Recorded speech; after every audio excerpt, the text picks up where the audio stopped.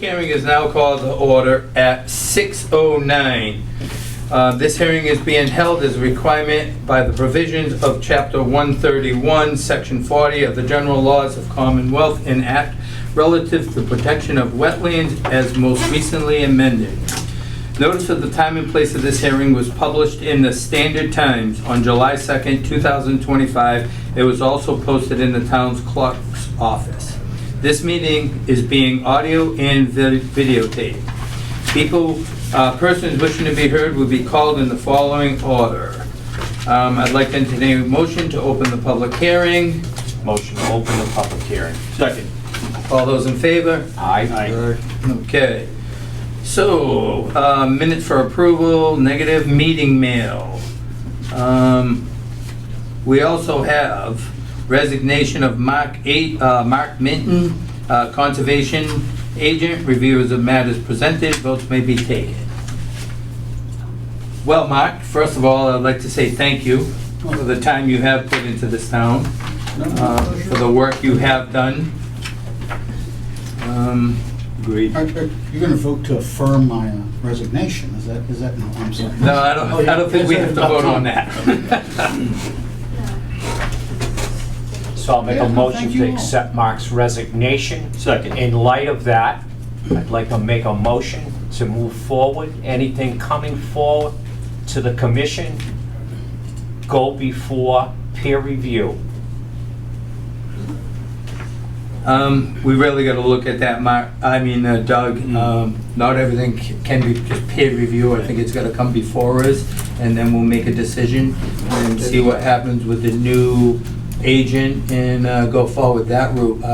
There's some things that I think we can just handle on our own, RDA, stuff like that. But I feel if there is something that does need to be peer reviewed, I believe we should use the opportunity to do it. There's a motion on the floor, we gotta take a vote. Right. To accept the, Well, he's saying everything gets peer reviewed. I mean, we do have to accept the resignation. It doesn't matter, we just need to take a vote. You already approved the resignation of No, Mark. never second. Nobody seconded. We have a second. Nope, I'm confused. No, you're doing it right, no. no second. So that means this cannot be proposed. Correct. Okay. Okay. So now moving forward, that means the peer review is going to go to vote. right. Okay. So I think we can handle it, like I said, and we'll go step by step. Okay. So now, continue public hearing request for an amended order of conditioned applicants to Copper Park Drive LLC, owner White's Farm Incorporated, off Park Drive, SE 001-0553. A request for an amended to an existing order of conditions was filed by Copper Park Drive LLC for property located off Park Drive, map 17, lot 22B.13. The applicant proposes to install a solar photovoltaic array consisting of 4,999 kW and battery storage project within the 100-foot buffer zone to a bordering vegetated wetland. Revisions include wetland crossing areas and wetland flagging. The applicant is represented by Matthew Connors of Weston and Sampson Engineering. Plan name is Park Drive Solar PV. Development dated December 10th, 2020. Revised plan dated March 20, 2025. Review of matters presented. Votes may be taken. Continued to July 23rd, 2025 for more information. So first thing I would like to do is entertain a motion to open the continued public hearing. Motion to open, continue public hearing. Do I have a second? All those in favor? Aye. Aye. Then I would like to entertain a motion to continue this to July 23rd, 2025 meeting. Motion to continue. Second. All those in favor? Aye. Aye. All right, so next we have new business. This is out of order. New business. So am I putting this to the back? Are we still doing that route? Okay. So we have public hearing, NOI N-Star Electric Company, DBA Eversource Energy Map 12, Lot 22B.23B.23F, SE 001-0608. So, I can't open this. The only thing I can do is request that this goes to the discussion area, because we had a few issues, and I am going to take it out of order and put it in the discussion category. Do I have a motion to allow it to be moved to the discussion area? So moved. Do I have a second? Second. All those in favor? Aye. Aye. Aye. Okay. Now, certificate of compliance. Lisa Ellis, CO, Purvey Law Group, PC, 16 Austin Lane, SE 001-0165. Application for a certificate of compliance was filed by Percy Law Group, PC, for property located at 16 Austin Lane, map 3, lot 5P. The applicant constructed a common driveway to service 2 lots. This is a partial release for lot 5P. Project date October 1996. Review of matters presented, votes may be taken. So just so you guys know, I went out to this site, and I just want you guys to keep one thing in mind, 1996, so this is already 29 years old. They never put in a COC. The property has been sold. So I did do a site visit. I actually called Christian. Christian was tied up. He couldn't go for the site visit. So I did a site visit. You can't tell what went on, what happened 29 years ago. Everything looks like it was done properly. 29 years later is when I'm looking at it. Everything is fully grown in. You can't tell that these houses were recently built, that these driveways were put in. I feel, my own personal opinion, since I did do the site visit, I did look at it, and that it's 29 years old, I think we should allow the certificate of compliance. But that's my own opinion, and it's 100% up to you, but I will put it into entertain a motion for a certificate of compliance. Let's Mr. take the Chairman, if I could. motion. Mark, did you have a chance to put an eye on this as well? No, I haven't. No.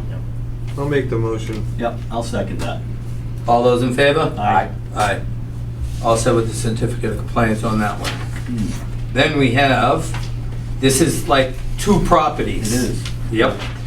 Certificate of compliance was a shared driveway. Certificate of compliance, Lisa Ellis, CO, Purvey Law Group, PC, 16 Austin Lane, SE 001-225. Application for a certificate of compliance was filed by Percy Law Group, PC, for property located at 16 Austin Lane, map 3, lot 5B. The applicant constructed a single-family dwelling with well, septic, and associated grading within the 100-foot buffer zone to a bordering vegetated wetland. Project date was February of 1999. Review of matters presented, votes may be taken. Once again, guys, I was right at the site. I saw where they had to cross the wetlands to do what they wanted, which was all approved, it was all okayed. Everything is fully grown in. You can't tell what they did, how they did it, if they did it properly or not at the time of construction. We weren't involved. Once again, this one's 26 years old. With that being said, I'd like to entertain a motion for a certificate of compliance for the property at 16 Austin Lane. So moved. Second. All those in favor? Aye. Aye. Okay. With that all being said, I took Eversource, is it Out of condition? order, yeah. We took them out of order, and we're gonna put them on discussion. With this being in discussion, this is not being opened. We cannot ask any questions, nor can the public ask any questions. All they are is giving us information. And then we'll go from there. Okay. Thank you, Mr. Chairman. Appreciate your time tonight, as well as commissioners. I'm Jack Vaccaro. I'm with Epsilon Associates. And if you give me just a moment here, I'll bring up a presentation. I'm going to abbreviate more for tonight's purposes. The idea is just to give you all just a general introduction to the project, so that when you do eventually get out to the site, you'll have a better understanding of what exactly is involved.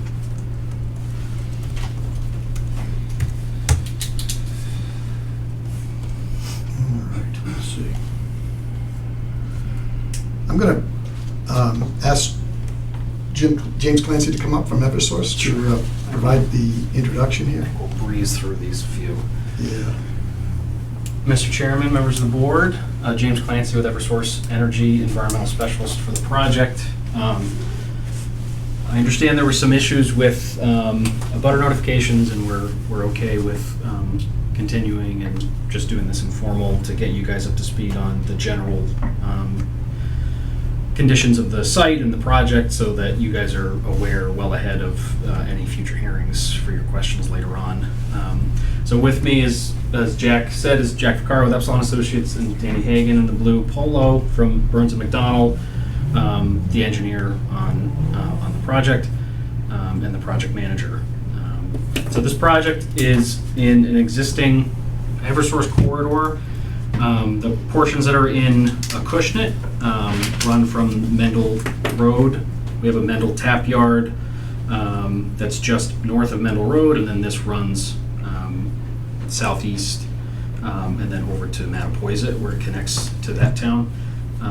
We are currently in the public hearing for Mattapoisett. We've had one hearing with them so far, had a site walk with them and their agents, and have another hearing with them soon. The general idea of the project, so there's one existing transmission line in an existing corridor, existing cleared corridor. So there's no clear cutting of trees for this project. It's some side trimming of branches that have grown in over the past 5 or 6 years, I believe, is the last time we had a veg project in that right-of-way. So there's one existing line. The right-of-way will accommodate 2 lines, so this project is to install the second line on the other side of the right-of-way, the north side. Right now, the 114 line is in the south side of the right-of-way. This will be the 112 line. It's an existing circuit that runs through the region. This is an extension that'll connect Crystal Springs substation in Mattapoisett to the Mendel tap off of Mendel Road in Acushnet. This is part of a group of projects in the region that are promoting reliability and connection to direct generation or distributed generation. I think the best example of that would be like solar fields or smaller wind development or battery storage facilities. Those are not projects that are directly with this project. We are only building the electrical infrastructure to connect those projects. Those projects are done by separate private developers. And this is a good view of what the right-of-way looks like out there. Heavily scrub shrub habitat on the lower portion, and as you can see, the right-of-way is cleared. That structure, the H-frame structure on the left picture, is existing structures from line 114, the other line that's in that right-of-way. And this is essentially exactly what line 112 will look like as part of those structures. It's going to be an identical type of line. Structures mostly being essentially adjacent to the existing 114 structures, makes it easier for access and maintenance for those types of structures. And these are the site's existing conditions. Most of the right-of-way looks just like this. And then once we get up to Mattapoisett, it gets a little sandier, less vegetated. This is a photo sim facing from the Mattapoisett side, so this is not an Acushnet, but this is a nice photo simulation of what the 2 lines might look like in the right-of-way. On the left is the existing 114 line. On the right is a modeled 112 line. And then I'll bring Jack up to do the nitty-gritty in the map set. Okay, thanks. Thanks, James. So, as James mentioned, this is a cross-country transmission line project within an existing cleared right-of-way. And because it's cross-country, we are crossing a number of wetlands along this route. And because of that, there will be some wetland impacts, both temporary and permanent, along the way. So I'm going to just quickly bring you through map set that was provided as Appendix C in the Notice of Intent. There's a lot of information on these, and I would encourage the commissioners to take a look at them when you have the opportunity, hopefully prior to the site visit. But I want to just take a moment to explain the symbology here, because there is a lot of information that you can pick off of these. First, the 2 black horizontal lines, the darker lines, that represents the limits of the existing Eversource right-of-way. As James mentioned, the new project is going to be located along the north or the upper side of the right-of-way.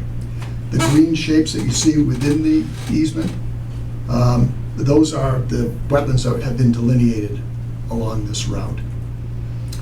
And you can see towards the right of this particular sheet, there's a heavy blue line that represents a perennial stream that has an associated riverfront area.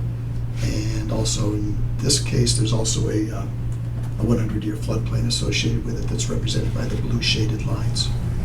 I didn't mention it, but the wetland, these sheets also show the 100-foot wetland boundary for any of the bordering vegetated wetlands that the project happens to cross.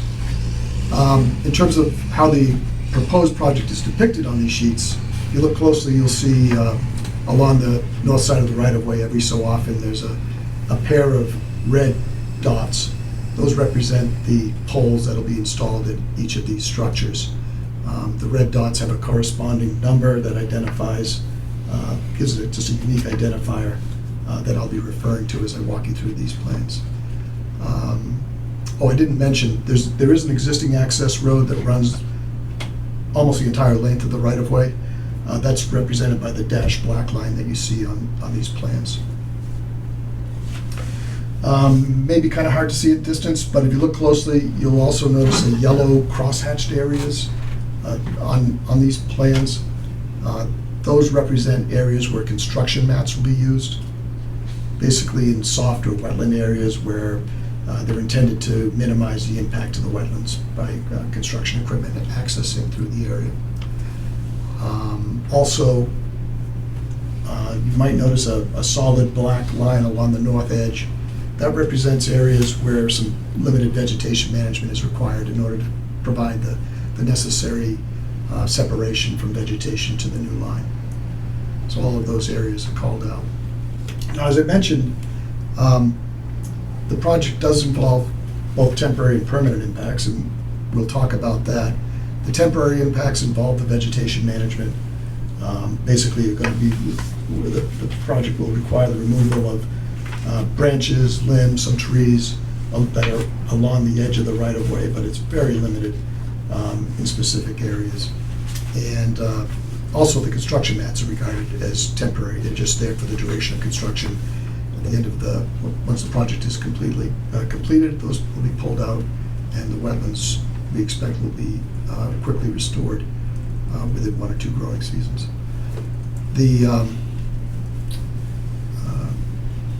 permanent impacts for the project are very limited, permanent wetland impacts. And those are just the poles at the structures 3 and 4, which are on this sheet. So I want to just advance to the next slide to zoom in on that area.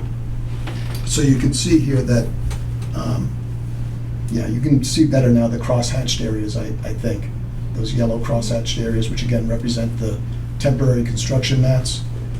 So in this case, there'll be matting placed around both structures 3 and 4, again to provide the support for the construction equipment, and also along the north side of the right-of-way where construction equipment will be accessing. There's a row of construction mats proposed there as well.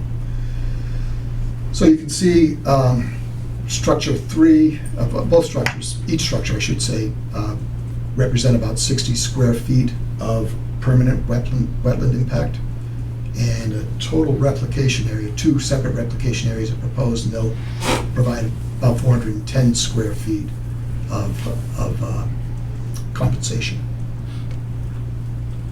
So going back to the wider view here, for the remainder of Acushnet, we can see that structure 6 is located in uplands, but just inside the 100-foot wetland buffer. Structure 7 is located within the buffer zone, and some of the construction matting is also located in the wetland. Hope you all can follow this, but structure 8 similarly is located in the buffer zone with construction mats extending into the adjacent wetland area. And then we're into Mattapoisett, and structure 9, which is actually in the town of Mattapoisett, but And you can see that just a small piece of that construction mat extends back into Acushnet rather.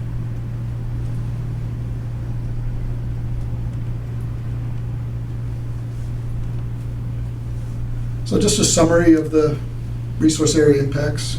The slide says Mattapoisett, sorry about that, but we're talking about Acushnet here. Bordering vegetated wetland, you can see it's mostly temporary impacts in all cases. The three resource areas that we encounter are bordering vegetated wetland, bordering land subject to flooding, and riverfront area. And only 300 square feet of impact is permanent. The remainder is all temporary, either for the construction matting or the vegetation removal.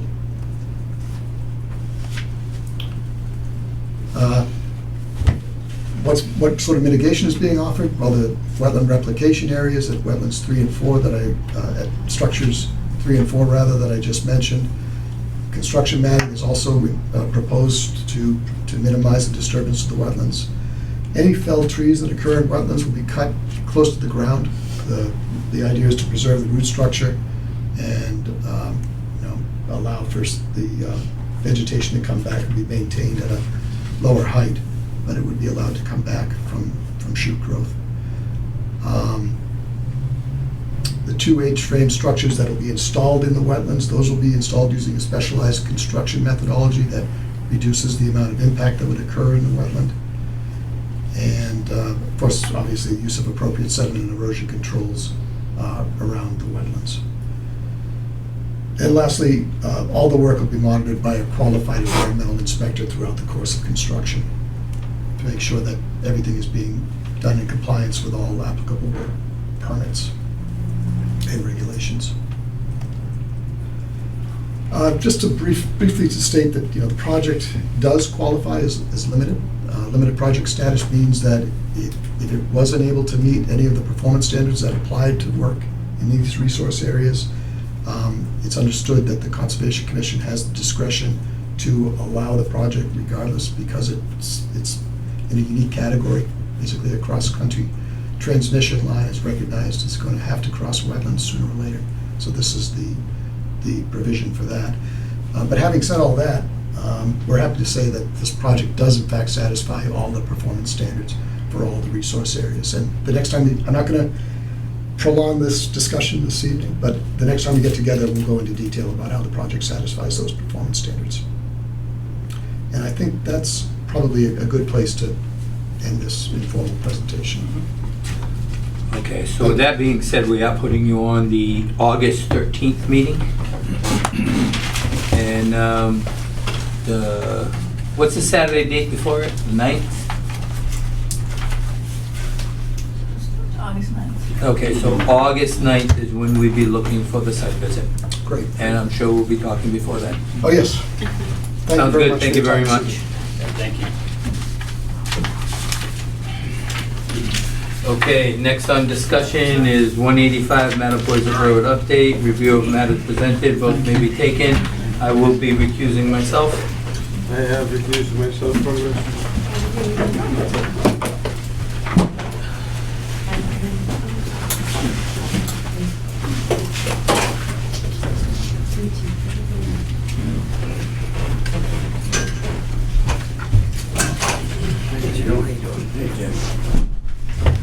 Podium is yours, Mr. Fredette. Good evening. Hello. My name's David Fredette. I'm here on behalf of the Tracys, Jane and Courtney Tracy, and Maria Fredette. I spent a lot of time on this formal response. I trust that it's answered all the questions that I thought would be brought up. I trust that you've all had a chance to look at it, including the handouts. I thought maybe it would be best if I just remained brief and ask if there's any questions.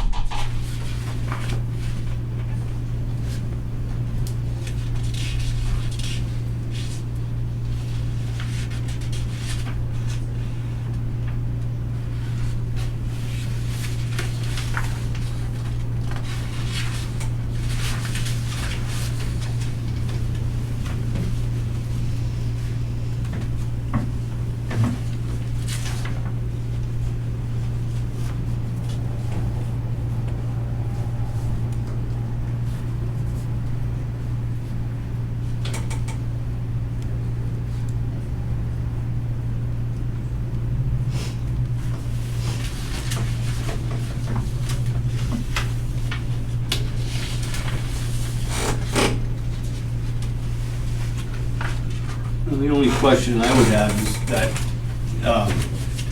you just feel that the changes are common that took place in terms of grading and so forth.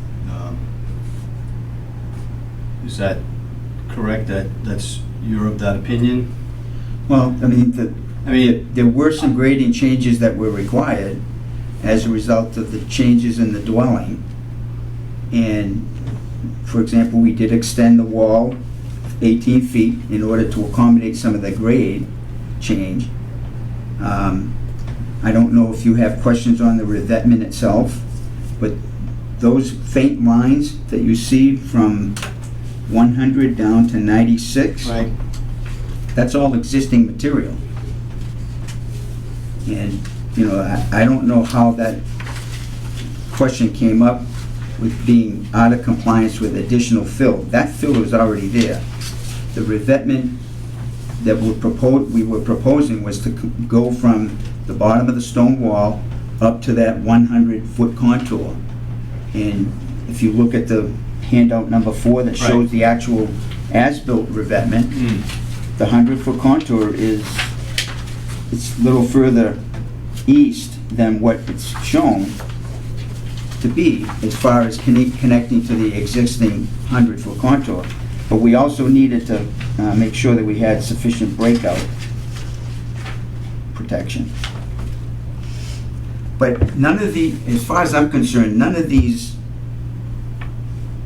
changes that we've made were not in compliance. I think that they're in compliance, but we had to take a certain amount of liberty to be able to put in the revetment wall, and you can look at how it's been changed.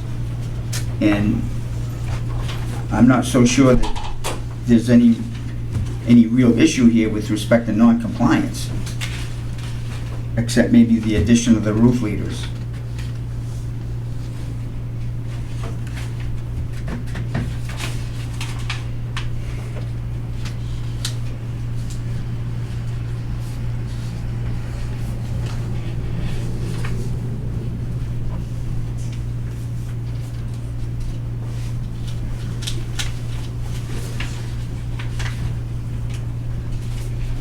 So, have you developed an as-built as of yet? In the process, I mean, I had to provide an as-built for the Board of Health.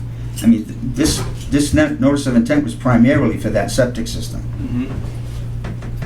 And if you consider that now the dwelling is completely outside the jurisdiction from the original one that they had in mind, basically this is a notice of intent to put the septic system in.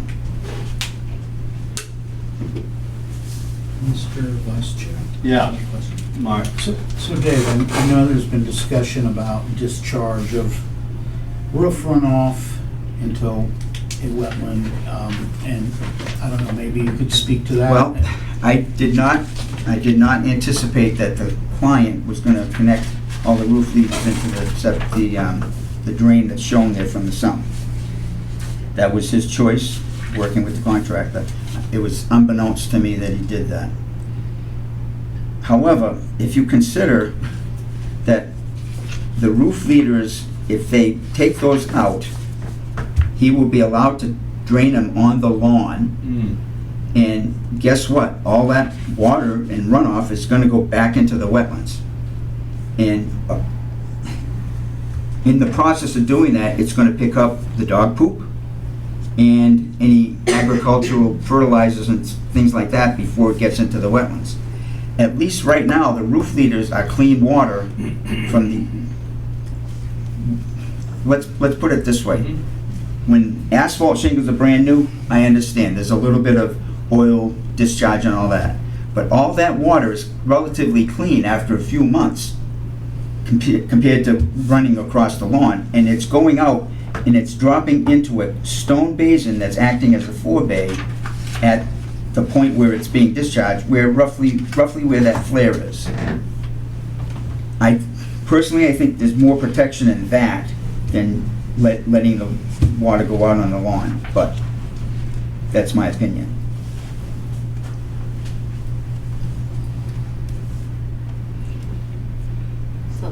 ending up in the same place. Say again? It's all ending up in the same place It's anyway. gonna go into the wetlands no matter what. And the roof leaders on the front of the house would be going to the street, ending up in wetlands, maybe, probably not across the street, but the drainage is there in the road. And it would, I don't know if it goes across the street into the wetlands or to the east side. But it would end up in the wetlands no matter what. Ms. Vice Chair, I don't know if you want to take questions from the public now, or you want to let, there's a couple hands out here, but. Yeah, When the moment's appropriate, Mr. Chairman. yeah. I would like to say. So, Mr. Vice Chairman, and Mr. Fredette, this isn't the only issue with this project, correct? We all know that. The facts are the facts. This isn't the only issue on this project. What other The issues? roof drains. It's the stone wall. Yeah. It's, there's a list, correct? There was six, Yeah, no, there was there six were items several, yeah. 6 items. that were in the Schneider letter. Right. The Vineyard And letter. I've been saying from the get-go, this isn't built according to plan. In And what I, way, Doug? and I understand there's a little bit of wiggle room. There's always that little bit of room for error. In my opinion, these changes aren't minor. These are significant changes. And I feel that this should fall under a new NOI because of these significant changes. I've been saying this from day one. In what way, sir, are they significant changes from what I'm showing The here? length of the wall, the height of the wall, the grade, the site in general. Are you talking about the concrete block wall or the stone wall? Both the concrete wall and the stone wall. Okay, we did add 18 feet of block wall. It's not even on the plan. Well, it's not built to it wasn't plan, shown Mr. on the Fredette. plan because we didn't know how much length we would need to extend. But this is what an engineer does, right? Well- There's a benchmark that you work from, right? Am I right or am I wrong? We try and get everything identified as we need to. But the reason why I put the existing note on the plan for the existing block wall to be completed was because we weren't sure exactly how all this grading was gonna end up working out. And I estimated we were probably gonna add a few feet of wall. It ended up being 18. And now, because of the changes on where the propane tank got located next to the house, the grading plan is gonna be, we're gonna have to extend the wall even further in order to make the grading plan work and try and separate Shane Tracy's dwelling in terms of runoff from 183 Mattapoisett Road. So that was the trigger. You're telling me that that tank was the trigger to all of these significant changes No, to this not, project? not alone, not alone. Not alone. See, and that's what I'm driving at. There's contributing factors. There's the tank, there's the roof runoffs, there's the height of the wall, the length of the wall, the amount of fill that was brought in. All of these are significant What fill are we talking about? changes, right? What's- The grading to make everything, you know, to the eye, appearance-wise, to look like it's been naturally placed there, we'll say. Are Right? you talking about the rear yard? So instead of the wall being 3 feet high, I'm just imagining, this is imaginary numbers. Instead of the wall 3 feet high, it's actually 6 feet high, right? I don't recall the numbers, in fact, on the significant change. But again, I've sat down, I've looked at this at time and time and time again. These changes aren't on these plans, and it's not built to the plan, to specification. I'm not so sure that I understand what you're getting at here. Are we talking about the concrete block wall or the stone wall and the revetment? The concrete wall, we'll start there, The right? concrete wall that's shown there with proposed and existing that ends where it says, there's a highlight there at proposed 101.5, existing 98.5. That that was the end of the existing concrete wall there. That was there already. Are Okay? you saying that So where did the additional footage come from? the additional footage of 18 feet, 3 blocks, came from the need to provide additional retainage of the grading in the backyard. And that's why that note is on there, to be completed. Now, granted, maybe I should have specified that we would probably need to extend the wall, but I wasn't sure exactly how much wall we were gonna have to extend. We may have been able to get away with not doing it. However, when we put the block wall, we didn't put in additional height. We basically put in 2 courses, and it just is a continuation of the existing. And the grades on what was there already are there, existing and proposed with the caps. So I don't know what you're saying is a substantial change from what is shown on the plan. Is that 18 foot of wall that we had to add, is that a substantial change? Does that require another notice of intent for being able to I handle? just think that's just a small portion of. Okay, what's the next issue then? Are you talking about the fill in the rear yard? Correct. Well, if you look at handout number 1, those faint lines that you see there that go from the stone wall west up to the 100-foot corner, those are existing lines. All that material was already there. So we didn't bring additional fill to make that happen. That was already there. The revetment was intended to strengthen and provide structural integrity to that embankment, because it was a very ragged and very loose-placed embankment.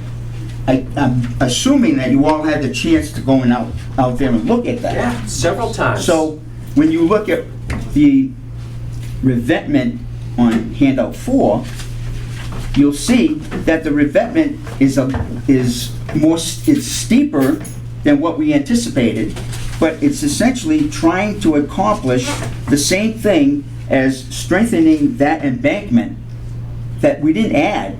Now, granted, Kyle is not an expert with revetments. If Norman was still alive, he would have done a better job than this. But that revetment is just basically adding strength to that embankment so that there is less of a chance of erosion into the wetlands of material. So I guess what I'm not seeing here is how that's not in compliance. And then whatever other issue. I think the only issue that I probably would agree with you on is the roof leaders. And if you really, think about it, the water that's coming out in those roof leaders from the roof is a lot cleaner than what it's gonna look like when it goes through the lawn and then, ends up in the wetlands. That's just my opinion. I just don't understand how we have so many issues with non-compliance. So, one of the things, as a result of the propane tank being in the location where we didn't expect it to be and buried, we don't have the option of grading this the way that the plan showed. In fact, there's no way that this is gonna work. And what we would like to do is extend the wall again, as within the jurisdiction of the wetlands, it's an additional 30 feet. And I show that on handout 3, I think. Yeah, handout 3. If I'm gonna provide you with an NOI looking for an amended order of conditions, that's the only thing that I would change. I don't know what else to say here, other than I tried to address every single issue here with what is already there. A lot of the stuff is existing that we're working with. Chairman, Yes, Heidi, please. I just feel like a lot of this is really in the building departments. It's Well, not really the conservation. If you consider where the 100-foot buffer line is on, Except for the water going into the, in the what? except for the water drainage into the wetlands in the back. And The areas I just inside. feel that it seems better than going the other way than through your yard, through the, using Well, that, sides of- again, that's you know, you're expressing an opinion there, and I guess the Wetland Act states that it shouldn't be going in, but I just, Well, that's something that we need to look at then. I mean, this, More than all this other correct me if I'm wrong, but the this is supposed to building. only be a discussion where, are you acting on anything tonight? I don't Well, think so. we haven't had the opportunity to hear from the abutters peer review yet. Yeah. Oh, okay. Yeah, we're gonna have more Okay. further discussion. So, Mr. Fredette, is there a contingency plan for these gutter drains? If To need take be? them out? Take them out? And put them on the lawn? That may be something that the board would consider. I don't know. I can't speak for the whole board. Well, It that's- was just a question. Basically, Shane has already said that he would remove the roof leaders from the actual drain that's going into that clear at the end of the pipe. But he's gonna put it, basically, the way everybody else is doing it, right on the lawn and let it drain across the grass. And it's gonna, like I said, it's gonna drain into the wetlands on the east side of the house, into the street, and into the wetlands on the west side. He did this whole thing as a convenience, but I understand where you're coming from. But that's really the only issue that I'm in agreement with. Everything else, I believe we are in compliance. I mean, if you look at handout number 4, I show where the minimum breakout line would have to be to protect the system. And the breakout line, I'm assuming you understand what that is. It's the height of the fill 15 feet away from the septic system at the same elevation as the top of the septic system. Otherwise, there's the chance that septage would be breaking out along that slope and going in basically here in the wetlands. Right. So the more conservative that I remain in putting that breakout line at elevation 100.4, the further out I go, the more protection it offers. And just for starters, the sanitary code says it has to be from the edge of the actual system, the soil absorption system. But the material that's in the septic system, underneath the septic system, is the same material in the overdig, which is 5 feet further. So I generally use the edge of the overdig because the material is the same. If it's gonna break out here at the edge of the septic system, Yeah. it's gonna float quite easily through the sand Right. that's in the overdig. Through the So overdig. the overdig should be the same, under the same protection rule. So that's what I'm showing. And if you look at where the minimum 100-foot contour is, it's not much more than 5 feet from what's shown on the revetment. Yeah. I remember when the first hearing came up, I said, all we did was stretch out the 3 or 4 contours behind the house to stretch it out, because we had to achieve the 100-foot contour or elevation with the revetment wall. One way or the other, we had to go from 95 up to 100 in order to protect that embankment. And that's what we did. If you look at, I suggest that we took some liberty to show where it went around the drain, I mean the vent there that's shown, that pipe shows where the vent is. And if you consider that my toe of revetment shots may be a little bit inaccurate in terms of where the wetland flags were or are, but the whole point is we're not building a precise retaining wall when you're doing a revetment. It's very variable. It has, boulders the size of, 3 by 3, upwards of, in fact, I think there was a boulder that was actually in the position there where that vent pipe is. And that's one of the reasons why it's kind of sharp around that corner. But that whole revetment was an unknown. And I had clear notes on every single one of the plans that we submitted. We submitted the first one in August 23.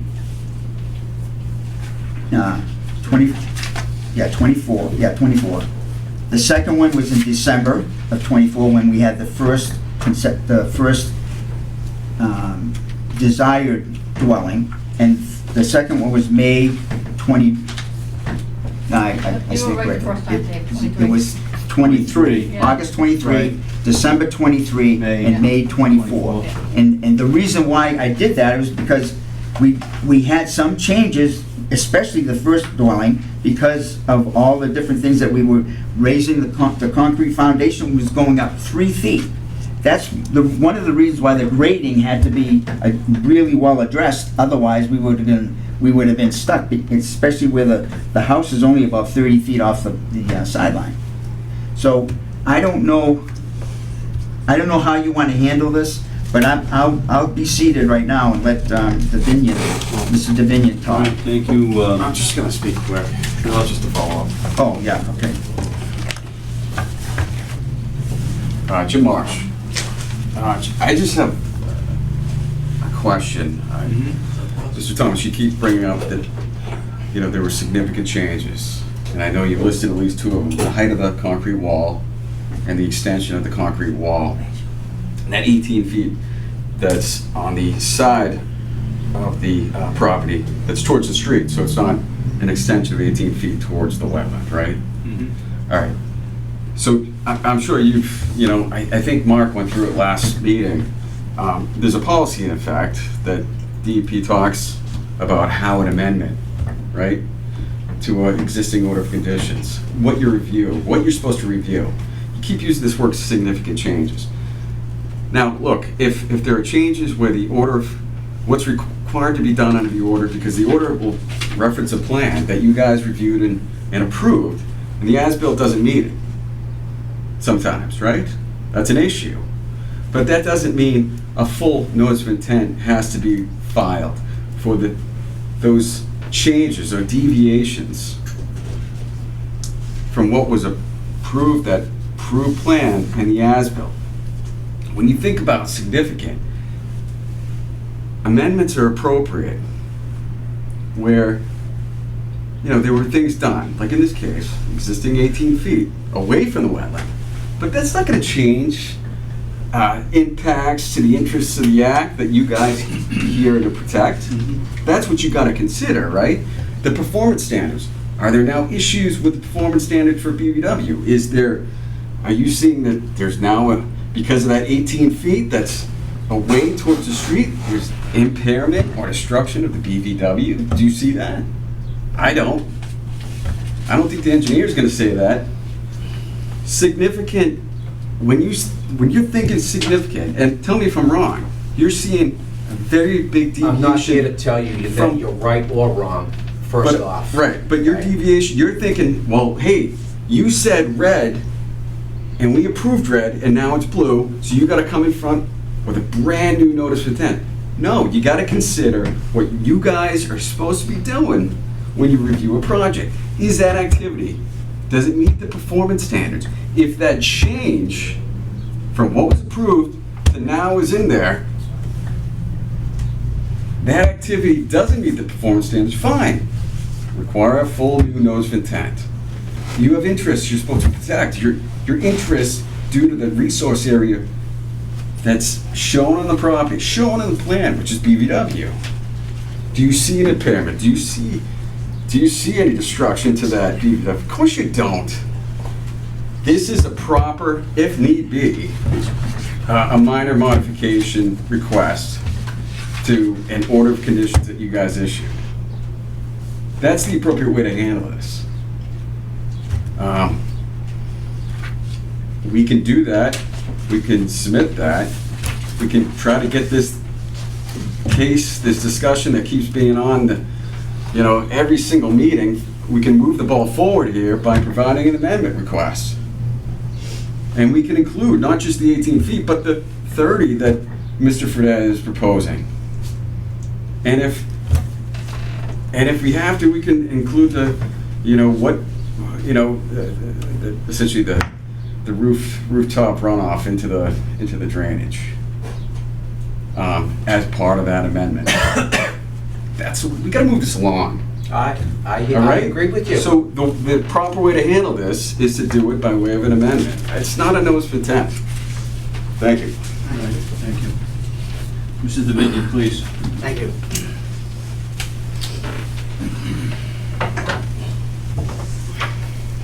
I may not be as short as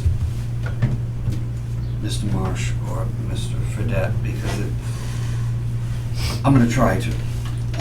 Dave, introduce yourself, please. I'm sorry. For the record, I'm Dave DeVignan. I'm a registered professional engineer, state of Massachusetts, employed by Schneider DeVignan Leone. We're located at 81A County Road in Mattapoisett.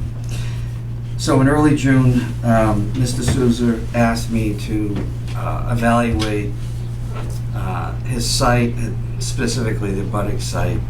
The plan's on record. I asked him for a copy of the order of conditions. He wanted to know what I saw. And so, you know, I put together a letter dated June 12th, and I cite 6 things that I feel are not in compliance with the plan. Now, I think that, you know, some of them are up to you, but I know that the crux of the matter is, I cited everything I saw because I think it's black and white. I'm an engineer. There's no middle ground. You know, as a matter of fact, in Mr. Fredette's letter, he agrees with what I say. He doesn't dispute any of the 6 items. What he does is provides a rationale as to why they're not in compliant, but he doesn't really dispute it. If anything, the first statement was, yes, the wall is 18 feet longer. The wall is sitting on the property line.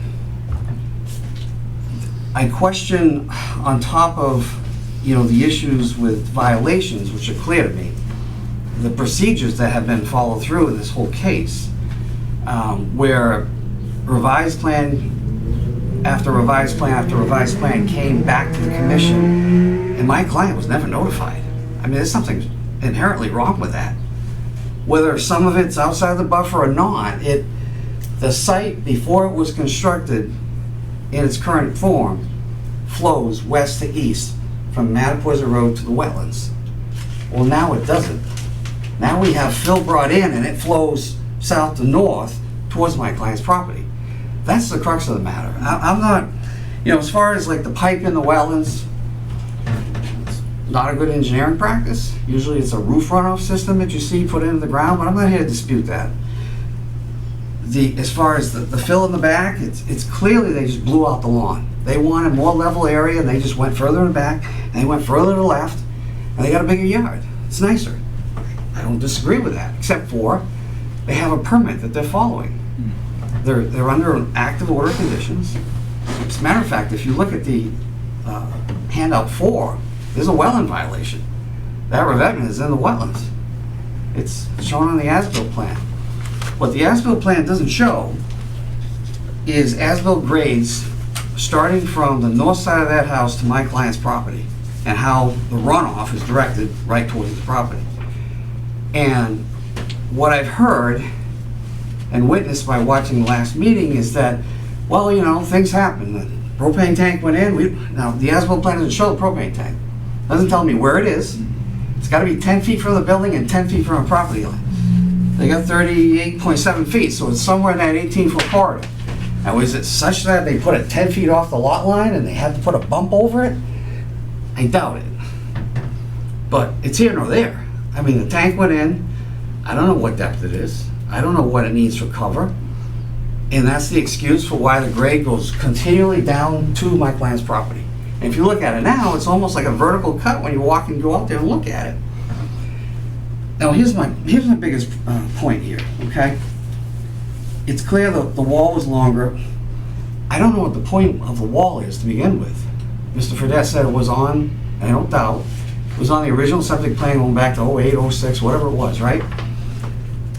The one thing that never changes throughout all the sketches that are provided to you and all the plans that were submitted is that what's supposed to happen between my client's property heading into the property next door, there's supposed to be like a 7 to 8 foot swath of natural grade that they would create a swale carved into the ground, not filling it and then trying to put a swale on top of this much fill, which is what they're trying to accomplish now. We want to extend the wall and then we'll create a swale on the inside and my client's stuck with a wall this high going all the way across his whole yard.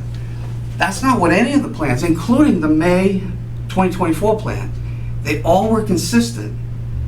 And the plan was drawn properly by Mr. Verdette. It shows a natural cut swale going past the house, out of the buffer zone, and traveling the water past the wall to the wetlands. That didn't happen. Anybody can go there and see the fill. The guy's just blowing right out, and it does slow it down, but it goes right to the wall. The wall's a vertical, impediment right on my client's property. The wall bleeds water right through it. It's got huge cracks. And putting a swale on the inside, unless there's a poly barrier on the inside, the water's still gonna go through, especially the storms we got like last night, this past week. I mean, nobody should have to have water just dumped directly on their property. And now they're trying to come up with a solution that makes it worse for my client to fix it. And he's trying to stand here and say that it's in compliance. I tell you, it's not. And I'm telling you, if you really study the answers that he put, there's rationales for why things kind of kept growing and growing. Well, I'm accustomed to drawing a plan and contractors calling me up and saying, can I do this, Dave, can I do that? First thing I think of is, gotta go for a COC at the end. Is that something Concom would allow? Is it in their jurisdiction? Is it too close? Are you putting too much? Oh, we might have to go back and ask. They did. They came back and asked for changes, and changes do happen. I don't dispute that. But they never asked for the fill from the north side of that house to be changed right to my client's property so that he's got all of this mountain coming at him. And what, the rest of it, I don't think, does it really impact his property that the revetment's in the wetlands and you got a wetland violation? No. The roof runoff goes right into directly discharges in like a fire hose during the storms we just get. No, it doesn't impact his property because it's in the back, it's going to the wetlands, But items, number 3 on my list of the utmost importance, and that's a violation that needs to be corrected under an enforcement action. There's no other way to do it. Items number 5, like I said, what 3 and 4 cite what the main issue is and what's the crux of why I'm here tonight. Otherwise, I personally, the other items, they don't impact my client, but those 2 items do. They have a direct impact on his property. They were damaging his property. I mean, he hired an attorney to stop them from continuing work right along the property line and using his property to do it because he was so concerned about it. And I think in enforcement, I don't think a notice of intent needs to be filed for the items that I'm talking about, which is the property line issue, because it could be addressed under an enforcement action for that fill and that side to be brought back to all plans. Every single plan shows the same thing. It's indisputable. And now they're trying to take that swale and instead of natural grade and carve out, well, we're gonna build a wall and we're gonna put it on the top, we'll get the water around it. There's no assurance that's gonna go over the wall, not go over the wall, not go through the wall, and my client's still gotta stare at the wall because that's their solution. I just don't think it's right. It's not fair. It's in non-compliance. And I respectfully ask you to issue an enforcement order asking for all of the grading to be pulled off the property line 7 to 8 feet, just like the plan shows, and a natural graded swale right back to the natural grade, and then create a swale going right to the wetlands. And then you'll see if they actually do that, will the wall be even needed? Not really. I don't think so, yeah. It won't, because right now it's retaining fill, and they fill more up to the top, and they want to continue it all the way up to the road. I just don't think it's right. Thank you. Mr. Davinian, thank you for the clarification. I state with what I've been saying all along. I think you've made it a little bit more clearer as an engineer for me to get this across to what's going on this site. Thank you. You're welcome. Mr. Minton, please. So, after Friday, I'm no longer the conservation agent. I don't vote on this commission, but I shared at last meeting, trying to get some guidance from DEP on this situation. And my question pertained to issuing an enforcement order and or not, what would be, and providing some of the details of this situation. The feedback I got, and I believe I shared it with the commission, was first step should be requesting an amended order of conditions. If the commission felt that these, reviewing all the material, that it was a significant change, that would be the first step. And an as-built, I guess, basically, you'd see that, and you could determine if it needs an NOI, a new NOI. If that wasn't forthcoming, you would then request an enforcement order. That's what I got. And of course, there's some generic,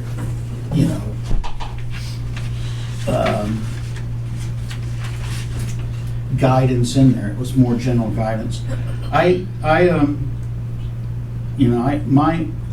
My personal approach would be to try to work together. I know this situation just seems to have spiraled. I don't want to say too much, but I was out there when Kyle was working on that wall. There was an existing wall there. I'm looking at the plans, the site plans. There's a former wetland line that's further back. I don't know the genesis of when it was reflagged, but I'm assuming that's what was approved by the commission. So, I mean, just going step by step, by the points through this. So, and I'm not, again, I don't want to make any more comments than that.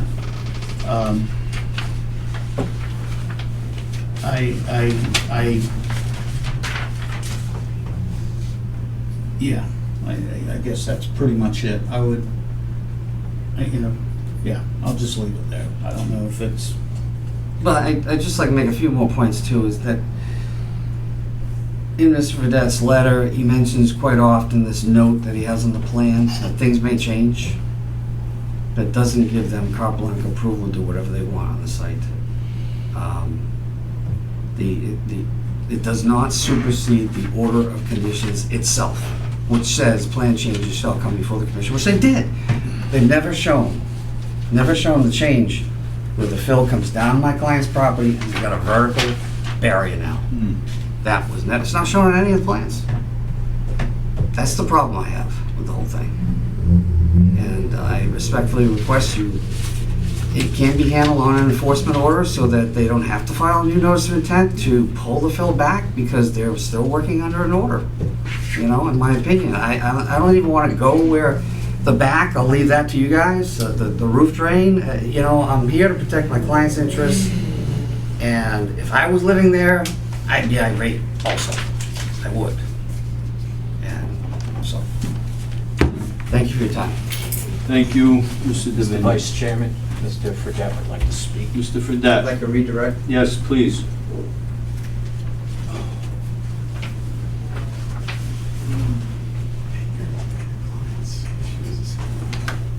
I understand where Davinion's coming from. However, you have to understand, first of all, this is not an as-built. That is as-built information only because I needed to do that for the Board of Health. This is not an as-built. This is an open order of conditions. And yes, we've got a difference of opinion on what's in compliance and what's not.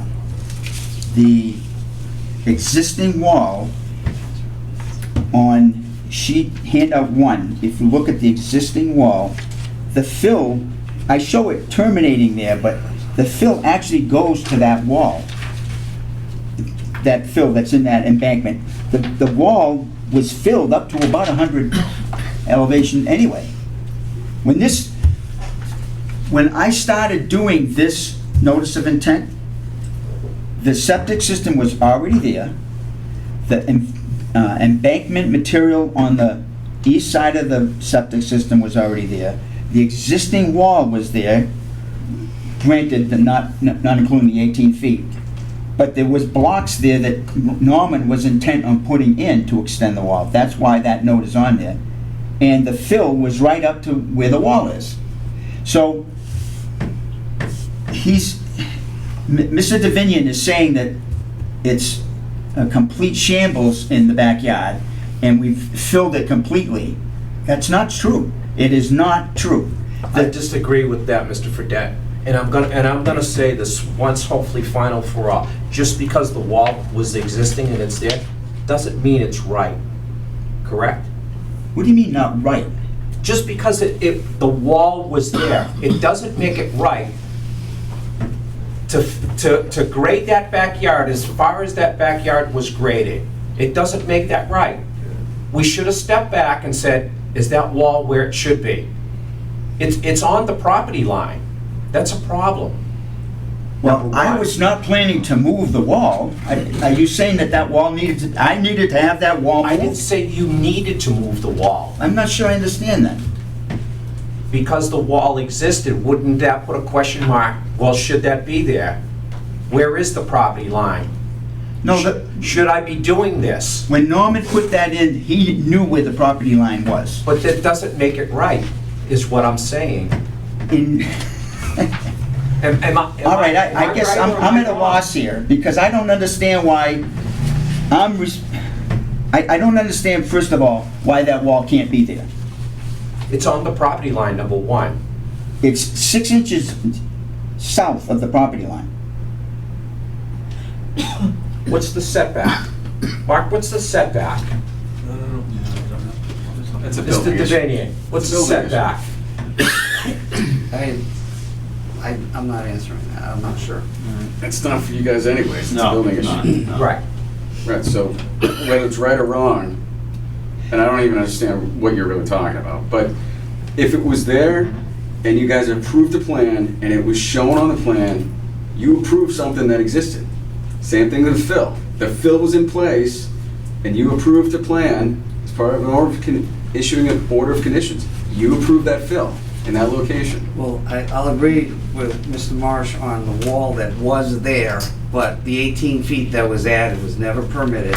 And this plan doesn't show fill going up against the wall, it shows a swale between the edge of the fill and the wall. So either, this plan was incorrectly drawn, or Right, I don't and this know. is I my mean, drive, because I the can only wall was go by there, a so plan. we came across with the grade to make it look good, to extend the backyard.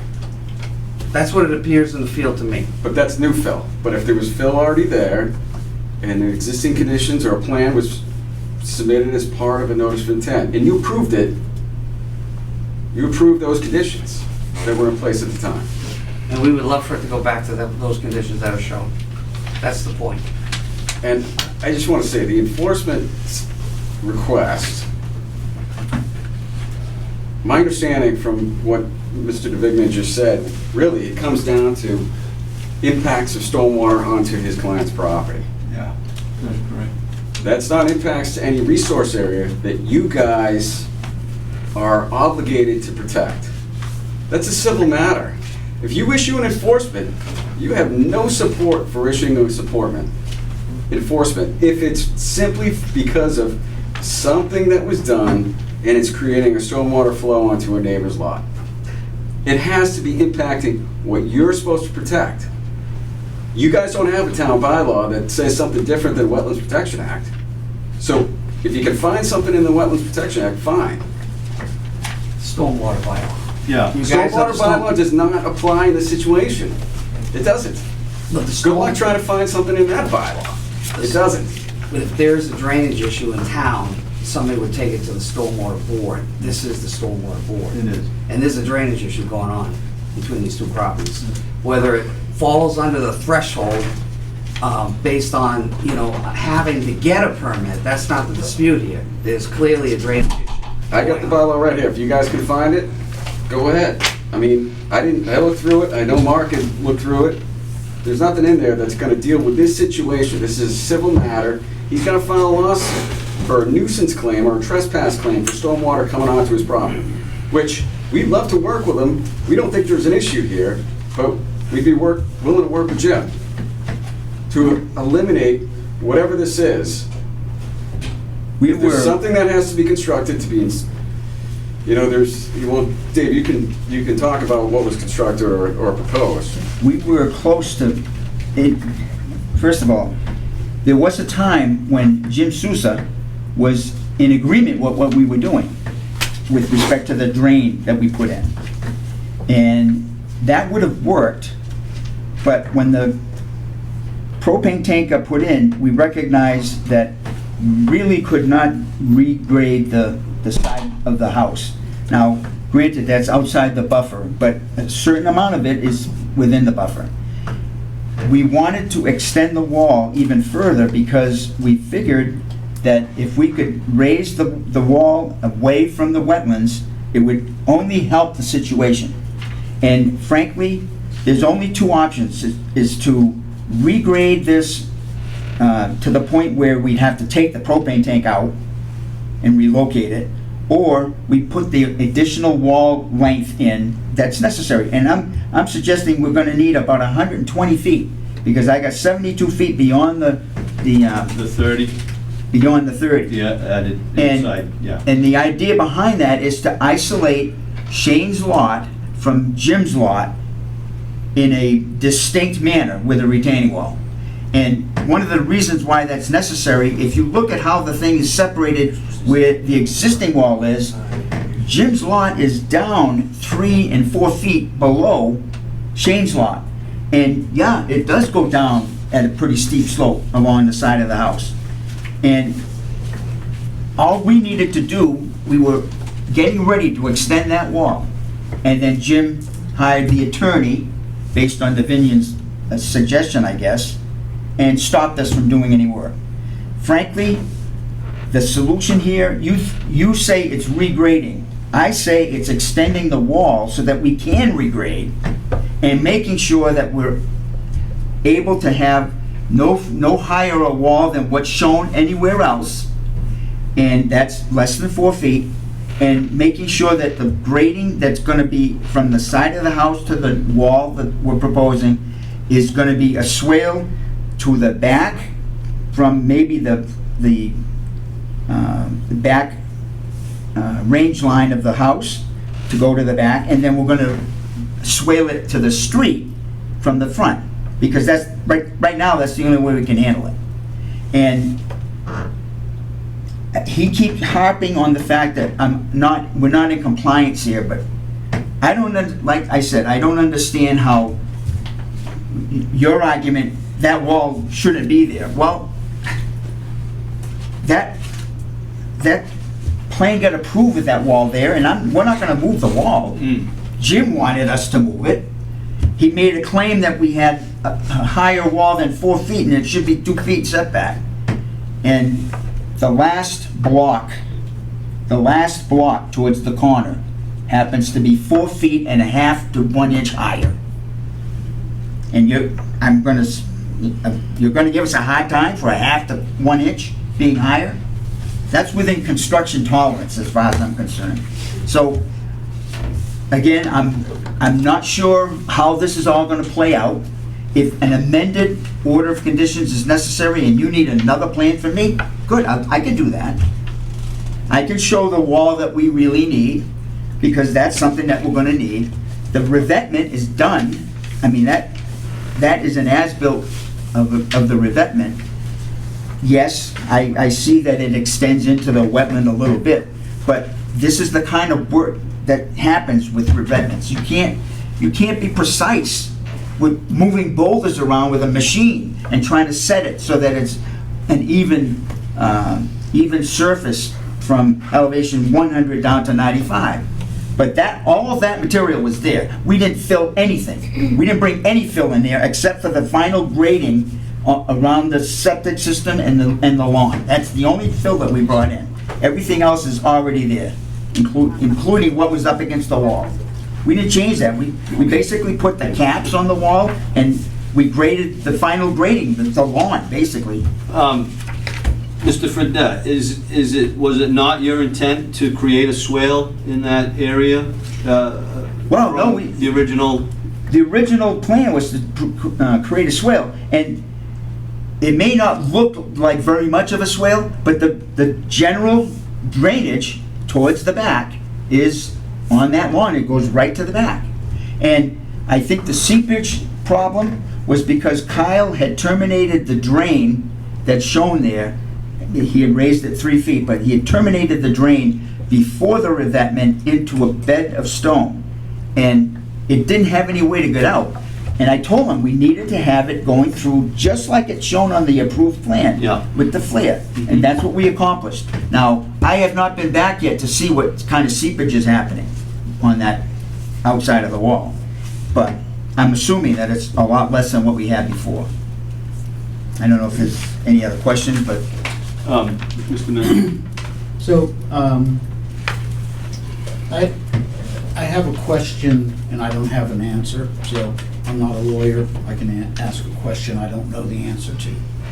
But one of the things, and I've tried to look in, reading the bylaw, a couple other things. If it's a single-family house, does stormwater apply? The single-family dwelling? And I think that gets to the issue of jurisdiction. But I don't have the answer to that question, too ashamedly. So, but I think, not to throw more things Well, into this- the mix, but this- There's think two we've- exemptions. The Wetland Act exemption is for all single-family dwellings. Stormwater is not applicable in terms of providing a stormwater management plan and all that stuff. Not to say that you don't do, you don't tend to make sure that you make accommodations for whatever stormwater you have. In this case, the roof lead is being tied into the drain. Okay, yeah, that might not be a really good solution. But I think I've expressed my opinion already that if it went over the lawn, it's gonna be a lot dirtier going into the wetlands than the way it is now. Second thing, there is an exemption in the bylaw of 40,000 square feet. This site has not had any greater disturbance than 31,500. I put that in my letter. So we're technically exempt from handling stormwater, and we're trying, contrary to what he thinks is happening, we are trying to resolve this. Yes, the grading looks terrible right now, but one of the reasons why is because we haven't finished the work. We're still in the process, and we're trying to get this resolved. It's Jim Sousa that is obstructing us. And I don't know what to do about that, because frankly, in order for us to do this, to put that wall in, which our client has the right to do, and it's outside the buffer and all that, except for the 30 feet, we can't put that wall in unless we have his cooperation. There's a section of fence there about 25 feet long that has to come down because the machine won't fit in there. That's the reason why the drain is not as good, the drain that we put in is not as well installed in that one spot. So I don't know what's gonna happen here, but Jim has been an obstructionist right from the beginning and has been aggressive, non-professional, and frankly, just, the takeaway here is this has been nitpicking right from the beginning. But that's my opinion. I'm all set for now, but I don't know what the commission's gonna do here. If an amendment is required, I can provide that. Go ahead. Just, could we get some clarification as to where that propane tank is off the house? What size it is and what the depth is? Because that seems to be the argument as to why they can run the great fill towards my client's property.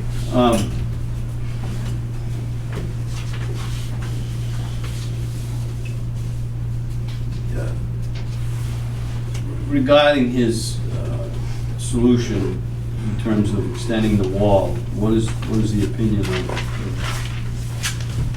Mr. Davinian, Mr. Davinian on that? I wouldn't want it, No. and I wouldn't recommend it. I recommend pulling the fill back per the plan. It's real simple. To me, it's straightforward. Yeah. Attorney Marcia said it's a civil matter. You guys have an active order of conditions. Right. Do you see this as a drainage, stormwater issue, as a stormwater board with an active order of conditions on the property? It's black and white, it's straightforward, yes or no? If you do, then you issue an enforcement order and ask them to bring the fill 7 feet off the property line and create a natural swale, the way the original plan showed, the second plan, the third plan, the fourth plan, every submittal that he's given you on his handouts. I agree with I mean, I don't know what the argument is here, really. It's just, they want what they want. They sound like kids playing in a sandbox, and they want all the toys. I want to put the wall up there and he's got to live with it. That's crazy. Doesn't make any sense.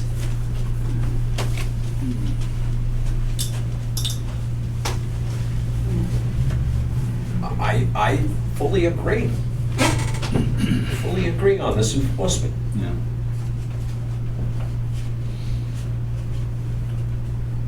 Is there a quorum here? No. That's- So, in terms of how to proceed this evening, it would seem, I'm not quite sure, we're stymied in that. Yeah.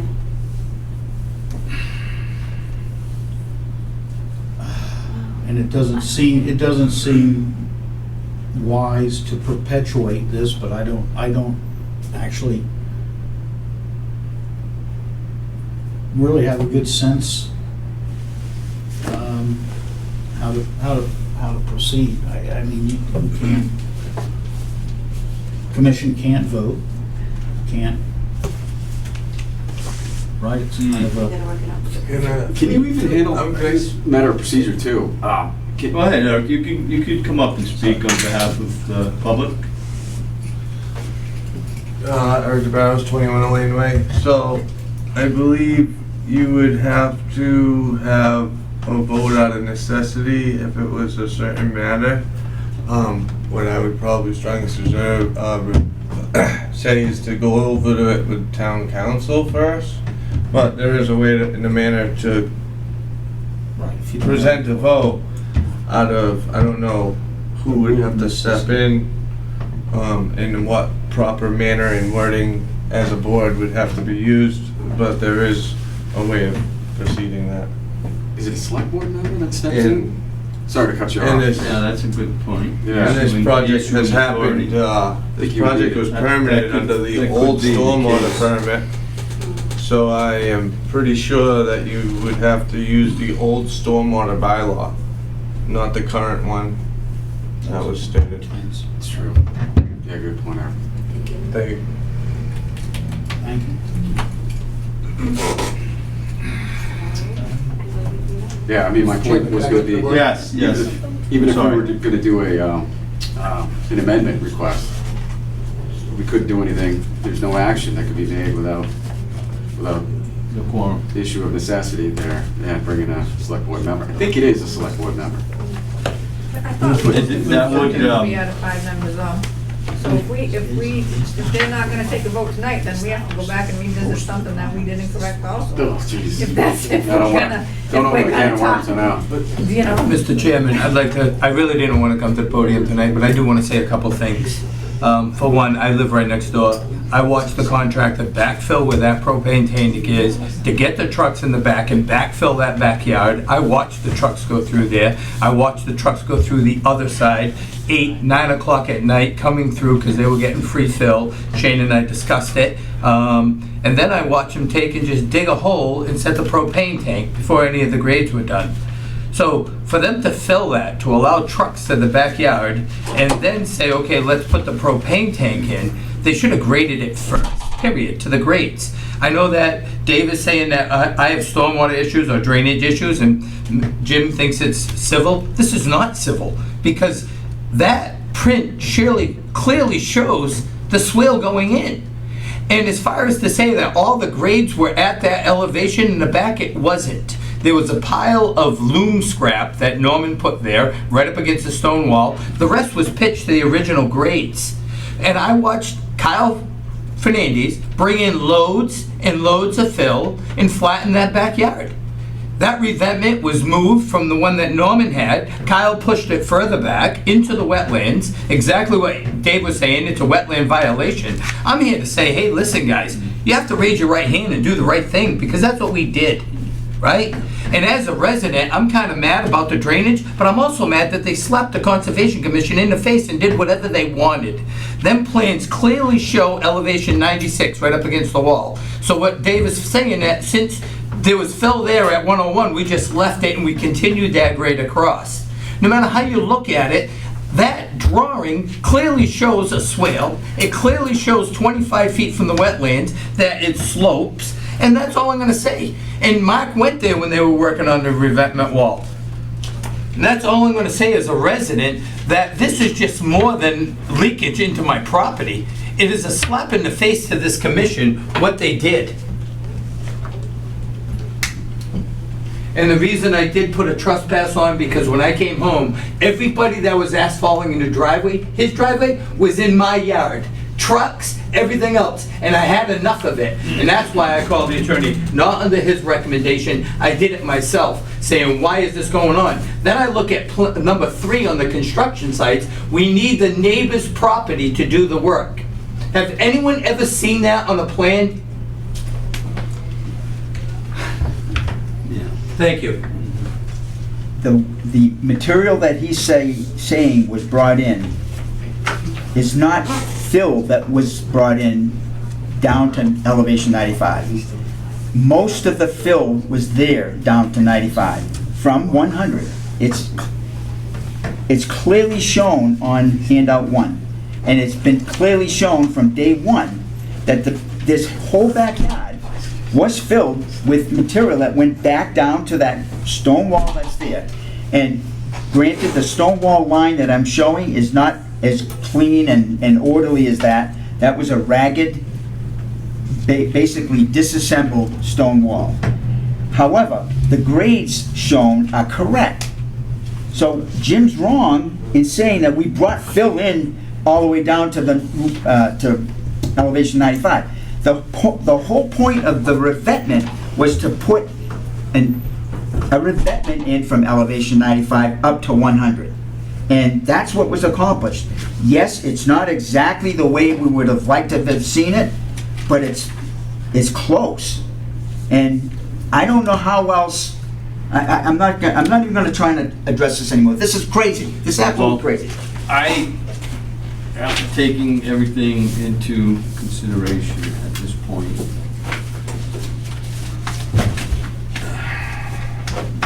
because we have a shortage of commission members, I think we need to get some clarity from town council before we proceed with any action at this point. Is that, you guys agree on that? I mean, I'm not knowledgeable enough to, make that ultimate decision right now. There I'm not. should be a I'm just hasty not, decision made. We don't have enough as far here as, to cast a well, vote. again, yes, as far as being able to take any action. You can't, so. And so, again, I think, pending some clarity from town council Yeah. before we proceed, So. that would be my suggestion for a motion. Continue? Yeah, for a motion at this point. So I'll make a motion to continue this, to allow us further time to speak with town council. We're gonna have to get some clarity. Yeah, we don't For have. further clarity. I don't think we can vote. Can't You vote. have No, 4 eligible voters to make a quorum. yeah. So Upset. we can just instruct Mark You to can't make a call. motion without quorum. But they Yeah. can just instruct him to call, I guess, it Yeah. doesn't have to be a It was just motion. go to continue. I thought, Mark, you had talked to Attorney Weisheit about the votes. Didn't you send a letter to him? Yes, actually, it's in my briefcase. Since there's 2 resigned, this becomes a 5-member board. With a 5-member board, 3 have the right to vote. I have it in the book. I went forward to the clerk with it, I went forward with the selectman with it, and I went forward with Jamie with it. Since 2 have resigned and we don't have chairs filled, it becomes a 5-member board. After a 5-member board, 2 recuse, 3 can still vote on it. Okay. And I will pull out the paper if you like. So be it. Well, I guess that being said, Again, I will make the motion to continue this, to be able to have time to speak with town council regarding this case for a decision Yeah. on how we move forward. right, I'll second yep. that motion. All those in favor? Aye. I think that's, Thank you for your time. yeah, right now. Thank you, guys. All right.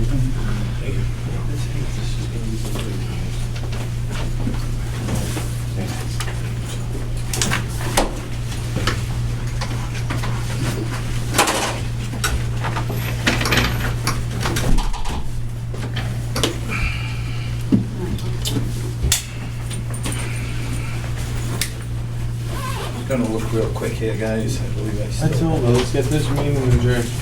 No, we've got one more thing we need to talk about. Okay. So, any other business that may, agent updates. This is an agent update.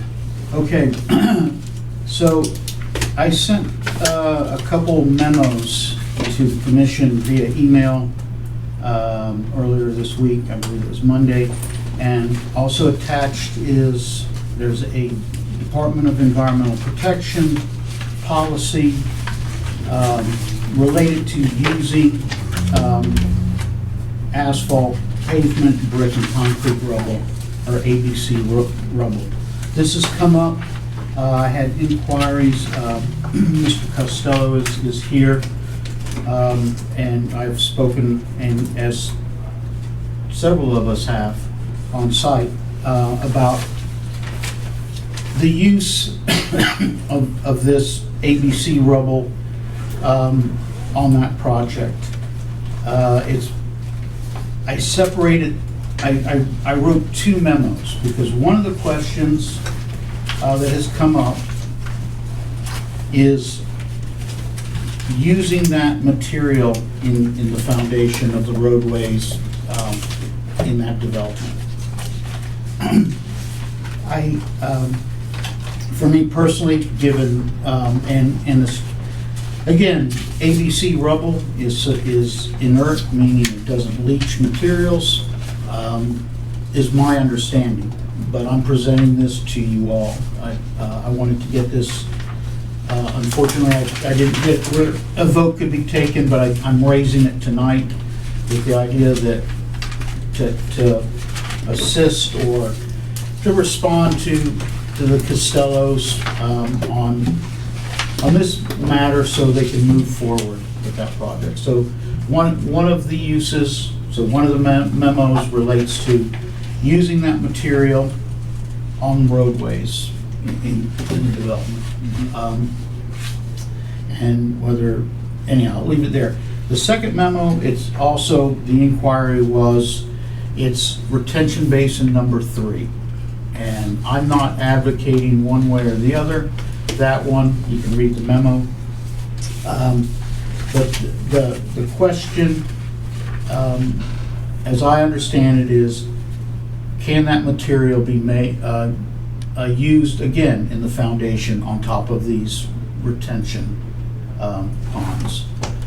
We have issues. This has been a long-standing issue on this project, as all of you know better than I.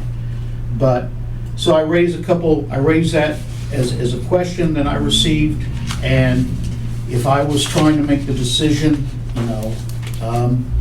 could that material really be sequestered? The concern is, right, leaching into the retention basin. And the groundwater, et cetera. Right. So In essence, Yes. that's what we're talking about. Can I comment on this real quick? Yeah. You can comment, but we can't vote on nothing. This No, is just strictly comment. discussion. All Okay. right, Yep. have you guys gone down Purchase Street at all lately, down near the waterfront? No. So if you take a ride down there, on the side of Purchase Street with Charlie Quinn's redoing the dock and everything, they took those buildings down, they crushed them buildings, and that's what they're using to fill that. They're in active construction doing it right now on the side of the river. Okay, so Eric, just so So- you know, So We- no, I'm just trying to. well, I know, but I just want you to know something, and this is why I'm just gonna say this real quick. So the DEP, using a process asphalt, pavement, brick, and concrete rubble, right? They don't mind it in the roadways. They don't, and that's right from them. The only thing you gotta make sure is that it has no paint, no plaster, no nothing else, right? So they, in this, and I got this from Mark's the one who gave me this, it's right from the DEP, they enforce using that for roadways, right? Because it is a good base and it does cut down. I think one of the only concerns when we walked it was around the basin and up against the concrete structures. So we're not voting on it, we're not doing nothing with it. I'm just trying to spread some knowledge just to go look and see it firsthand, because we all respect Chance Perks, correct? Correct. Yeah, well, that- Well, like I said, we got the note from the DEP. And he's overseeing it, and also DEP is putting on the project. So if they are using it to fill the area, then I would strongly suggest we follow. I'm not gonna say what we do or not, but if they are allowing it, Mr. Chairman. Go there ahead. must be Go a ahead. reason. But that's a construction site that's going to be completely developed. It's going to be encapsulated. It's going to be impermeable, and that's not what we're talking about. This material that's being used on the site is going to be exposed to runoff elements. It's not an impermeable surface. What we're talking about is not an impermeable surface. It's not a roadway. It's not a construction site. And what you're referring to is, and what the DEP accepts is that you can demolish a site, you can crush that site, you can use it for the site, but it has to be redeveloped. It's going to be covered back up again. That's the purpose. This material in a watershed sensitive area is not going to be covered by an impermeable surface. And that's the major difference. Are you sure about that? Oh, I'm positive. So it's just gonna be, they're gonna use it for what? It's not going to be an impermeable I surface. didn't know we were talking about a project for one. I thought we were talking about the usage of fill. No. Using it for fill. No, this pertains to you're not. Deep Brook No. Estate. Yeah. And there's, What No, I'm this is- saying, this all I'm is- saying is for This is fill. this is to border a basin so, in a watershed sensitive area. So they're saying they're gonna crush it down to, No. The material is being brought in already. yeah, that's fine. It's crushed, just because the material is brought in, Correct. it's manufactured somewhere. And they manufacture it to certain criteria. You can order it 3/4 minus, you can order it 1/4 minus, you can order it 3-inch minus, all depending on what different use you're using it for, you get a different size. But it's not gonna be encapsulated, it's Yep. gonna be exposed to the... You're referring You're to, saying. your You can also use- example is a construction You can site, also, which you- is, I'm saying they use. Okay. I'm Enough with the saying discussion back you- and if forth, you- please. If you can use it on the roadway, which you can use it for a topping on the roadway too. so, Hold on. Mark, go ahead. so I'm bringing this up, we can't take a vote on it, but I wanted this to present this to the commission. I think for the next meeting, if that's where we can get it on the agenda, and there can be more of a deliberation about it. Okay, Joanne, the 5 RDAs we got coming up for Deep Brook. Deep Brook, yeah. Yep, we're gonna do 5 RDAs in one day. When is that date? I just don't remember it, that's why I'm asking. Did we determine, we said we would try for the 13th? August 13th? Yeah. Okay, so before then, we will do a site visit, right? We're gonna do a site visit because of the 5 RDAs. When we do the site visit, I think we should look at the basin, we should look at the concrete structures, and really get an eye on it. I know that we can't deliberate at the meeting, at the site visits, but it'll really give us what we're looking for, right? I know that I had them do some test pits with the backhoe to look at things, get grades and everything else. And I feel that if this is coming up August 13th, we're gonna do a site visit on the 11th, I guess, somewhere around there. I suggest we take a walk around the basin on the 11th. August 9th. I mean, August what? August 9th is... August 9th, I'm sorry, August 9th is a site visit. I suggest we take a walk around the basin, we look at where the concrete structures are, we look how they constructed it, and then we will come up with a determination as a board. But as of right now, if we're talking about the brick and asphalt, Department of Environmental Protection does highly suggest using it, especially for the basins of the base of a road. So those are the two usages, and that's why there's two memos. I didn't want to tie the issues together. Correct. You got two separate, you can consider them in isolation. Correct.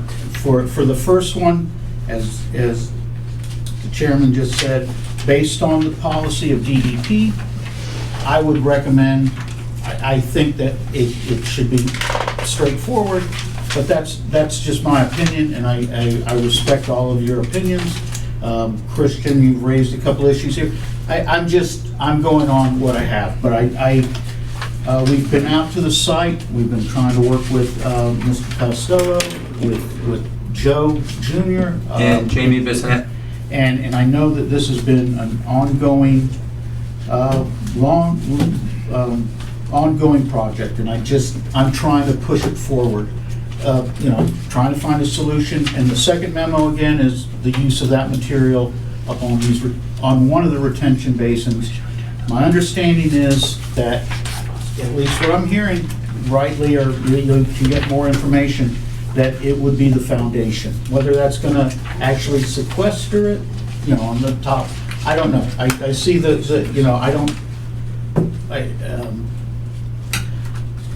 anyhow, it's a separate issue. And I think the second is probably more sensitive to the commission than the first one. Would be.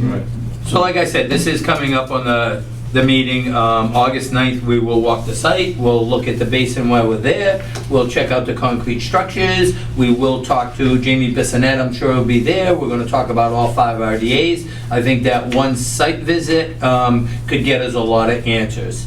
And then we'll go from there. Then we can bring it back here, deliberate on it, vote on it, and decide what we decide. So can I, and I'm sorry to Go ahead. interject again, I don't know if Mr. Costello said do we want to, I don't know, procedurally, it's a discussion, it's an update, my update, agent update. He's not on the agenda. He's not on the agenda, so he can't even come to the vote. Okay, that was my question. Yep. Can I ask a question, though? Can I ask a question? Can I ask a question? You really shouldn't, Okay. just because it's under not. discussion, You're Joe. gonna hold me back until August 9th for me to proceed with the road, is that what you're saying to me? I'm not saying nothing right now, Joe. What I'm saying is exactly what we just said, is that you're coming up on Can we proceed with the August. road? The question is, can we proceed with the road? It's obvious that all the documentation was presented to all of you, we can proceed with the road. The question is the basic, can we proceed with the road? Are you gonna hold me back another month and a half to do the road? We can't deliberate on that right now, Joe. I can't bring it even to a vote. This is going on and never gonna end. It is gonna end, Joe. Sir, you have proof in front of all of you that material is accepted for the road. Why are you holding me hostage again? Because we can't bring it to a vote, Joe. That material's been already there for the longest time, sir. It's not even on the agenda. You and I shouldn't be having this discussion. I'm sorry. Mr. Souza, the fact of the matter, that material for the road has been there for 20 years. Why are you holding me hostage another 6 to 8 weeks? So I cannot do no work on the road. Leave the basin alone. I understand, I agree with you 100%. The road is clearly that is to go forward. No, they have no enforcement on it, it's just an order of conditions. Then you're free, he's free to work. Just not on the basin. Why, is there an enforcement on I'm it? not hearing that clearly. We had an issue with the basin. Yeah, we had an issue, but if there's This no is- active enforcement order, there's nothing holding him back. Hold on a second. You You guys want something to to put say? him on the July 23rd meeting? Do you want to go on the July 23rd meeting, Joe? Put him on the July 23rd Sure. meeting. I can put you on the July 23rd. That'll bump it up a lot sooner. As soon as possible. My question is, if in fact it's clear that the material for the road is accepted to the state, by state order, which all of you read, why are you holding me hostage again? I just can't vote on it or to make a decision tonight, Joe. I How am long very is this gonna go on, sorry. though? How long is this gonna go on? How long? It's been 3.5 August, years. July 23rd it will end. We will have an answer for you July 23rd. We will be doing a site visit with the Susan, Saturday with all due before. respect, and I thank you all of you for your service for the town, but this is not fair.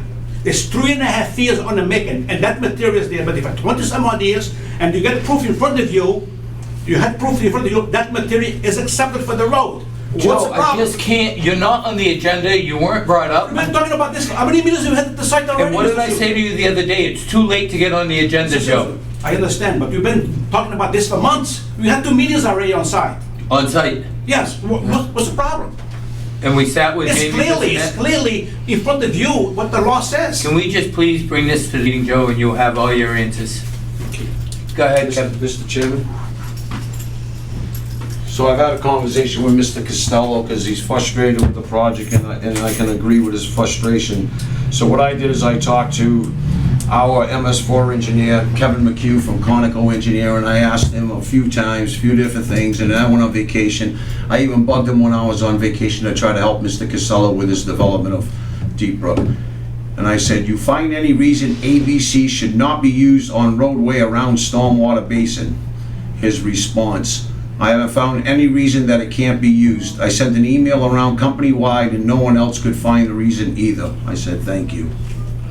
So I think if the commission's gonna deny it, you better have a good reason for denial in a policy somewhere, a state policy somewhere in place, or rule and regulation somewhere in place that says you can't use it before you deny someone. Kevin, just so you know, we do have papers from the DEP. They do recommend the use of it. And I even asked the question, you heard me Yep, I ask the heard you. question. The only thing Around is, the stormwater we basin. can't vote on it tonight. I'm not That's the asking you only to, problem. Mr. Souza. I'm just bringing up a point. Okay. Because it's gone a little bit too far, and I'm sitting at home and I'm watching meetings and I'm listening to bickering, moaning, yelling back and forth, confusion everywhere, and all I'm doing is trying to come in and provide a little bit of guidance. I had told you guys last time we were here, I said, we have our own MS4 engineer, we can use him as a consult here and there for certain Yep. purposes. I reached out to him, he was kind enough to look, and he said, I reached out company-wide, can't find a reason why. So if there's a reason why, we would all like to know what that reason is on why we would deny the use of that material, ABC, around stormwater basins, roadways, I said, around stormwater basins and on the roadways. So I just received this week from the DEP saying that they recommend it for the roads. I will say this, Can we that have a recess? Yes, I'd like to entertain a motion for a recess. Why don't we just end this? We're only in discussion. Let's end the meeting and we can talk. I'd like to entertain a motion for a recess. Motion. Do I have a second? Second. All those in favor? Aye. Entertain a motion that we come out of recess and back to this public meeting. So moved. All in favor? Aye. Mr. Chairman, thank you and the commission for clarifying what was on the agenda for us. I wanted to make sure that we dealt with what we needed to deal with and didn't violate the open meeting law. I thank you for, during the recess, clarifying for me what was on the agenda and the discussion involved. And I hope I didn't delay you folks more than I should have. No, you haven't, Jamie, and I want to thank you very much. It Thank you, really brings Mr. Kelly. clarification.